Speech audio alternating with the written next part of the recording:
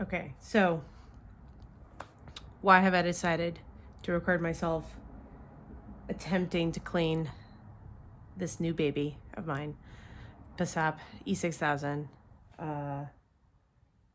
Because I'm scared, and I hope if I record myself and I mess it up, A, you will tell me what I've done wrong, and B, I can reassemble it much easier. So that's the purpose of this. I'm going to have a running dialogue as it seems fit. Otherwise, I'm probably just going to put in some nice music and or speed it up, depending. So this is day 4 of me having this. I've watched a ton of videos. I've looked at the manuals, schematics, what have you. I've watched a handful of cleaning videos, but unfortunately, nothing specifically that I can find for this model. So, A, I'm gonna do my best, and B, I'm gonna Google it a bunch, and I'm gonna look up other stuff and hope that I can figure it out. But this will be an attempt. So wish me luck. Okay, first we're going to do a nice close-up pan of this particular model, which I've figured out is the 1995 based on the serial number and the diodes pulled off of the electronic over there, the computer machine thing. This was sitting in someone's shed for several years. I have a feeling it hasn't been used since the early 90s. A little bit of yellowing, but otherwise pretty darn pristine, I would say, at least on the electronics. Unfortunately, as you can see here, you've got some nastiness,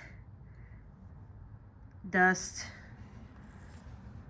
I cleaned the, you can see just how dusty it is by when I was taking the serial number there. Pretty gross, all in all. Yeah, so the idea here is I'm going to start by disassembling the electronics again. I already plugged it in once just to make sure that they were working. I've verified that the computer, if that's what you'll call it, is working. And I'm gonna take them apart. I'm gonna verbally say what I'm doing so that I can remember how to put it back together again, and learn a little bit more about my machine here, because I've found that I do best by just doing the thing instead of reading about it a whole bunch. So with that, let's go. Here's the end of the close-up. Okay, so what I'm going to use to clean said machine, because I do not have denatured alcohol, I had to buy next best thing, Everclear. This is 150 proof. It's pretty much the best thing for cleaning. And then I didn't have the foaming anti-static cleaner that a lot of people recommended. I got Cutie cleaner from the old Ace Hardware. I did some research on it, and it looks like it will be pretty good to do the job on the sensitive electronic parts and or anything else I'm needing to clean here. So, and then obviously I've got Q-tips, I've got shop towels.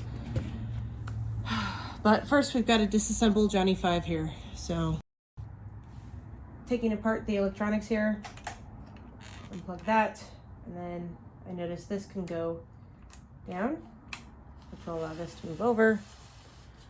So I'm gonna take this off, is the assumption.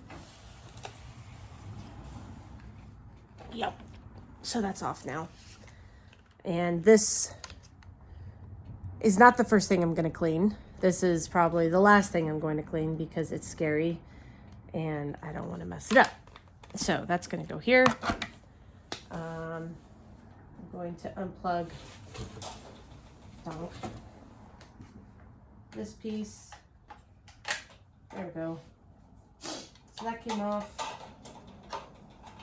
Hang that there.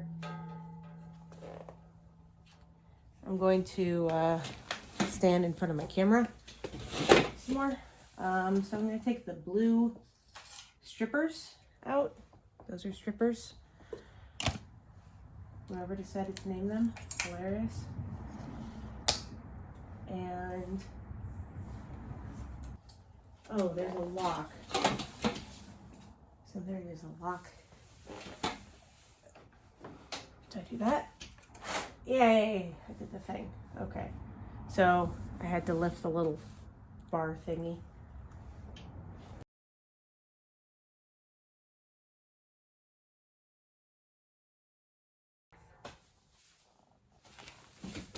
I have no idea what I'm doing. I'm just gonna leave the color changer back to the right there. I don't want to mess it up. I'm gonna start by taking these little guys off, and you can see how absolutely disgusting those are. I'm just gonna start by doing that. Same thing with the, I do believe this is the row counter catchy thing. And you can see that is also, this is absolutely disgusting. So those are going in there, as are the back ones.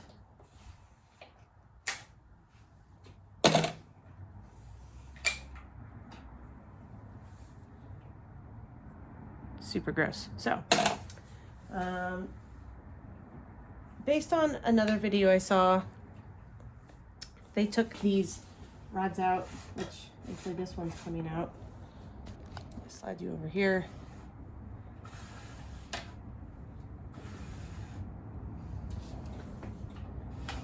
And I don't know if there's a difference in length between the back and the front, so the back is going to sit right here, so I don't lose that. And now I'm taking this other rod out. Excessively long rod.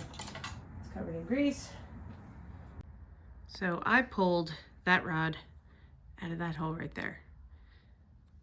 Just so I don't forget. I've already removed those two long bars. Next, I've got to remove this metal bar right here at the bottom. It's going to secure those bottom pushers. So I'm just using a Phillips screwdriver. Gotta make sure those don't fall. They're pretty tiny. I would hate for that to happen. I'm gonna put it in my bucket.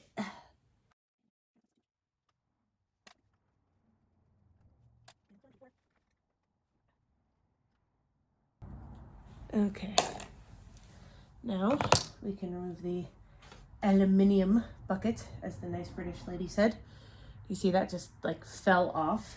So that's nice. Didn't have to pry it or anything. It's gonna go down here.